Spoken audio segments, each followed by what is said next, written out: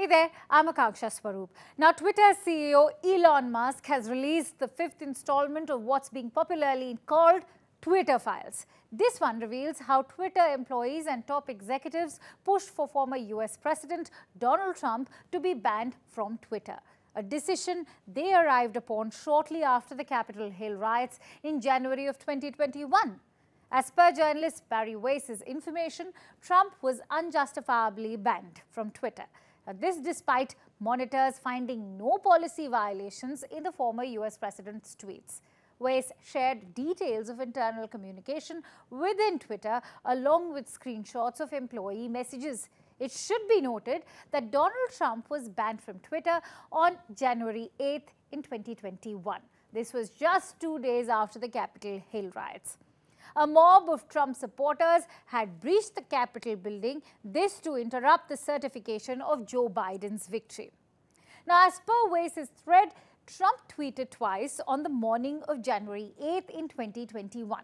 The first tweet had praised those who supported Trump at the ballot box, and the second was to announce that he will not be attending Joe Biden's inauguration. Now, it was these two tweets that were used as the foundation for the subsequent ban on Twitter. The first tweet caused an uproar among Twitter's employees. So much so, an exposed internal communication at Twitter says, and I quote, "There is a lot of employee advocacy happening."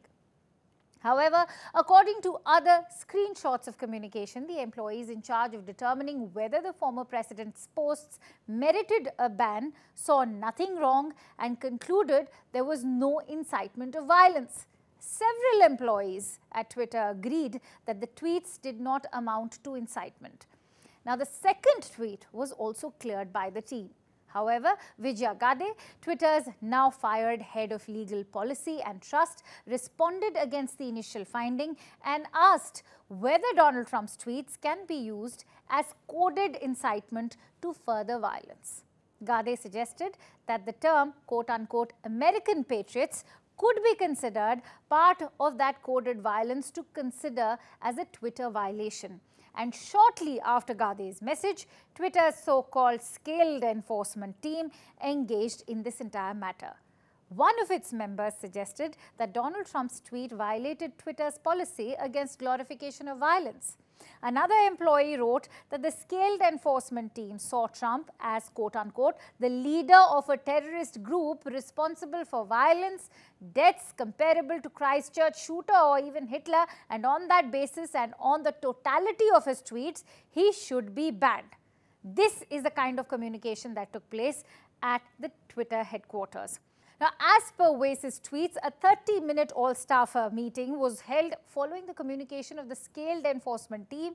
This was in the presence of Gadde and former Twitter CEO Jack Dorsey.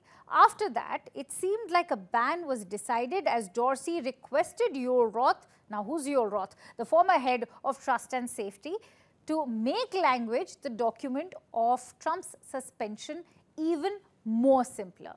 Now, Yoel Roth was quite hesitant to do that, but having said that, the latest development highlights that the Twitter former head of Trust and Safety, Yoel Roth, has in fact fled for his home. This reportedly due to an escalation in threats that resulted from Elon Musk's Twitter files. Yoel Roth had resigned from the social media company in November this year.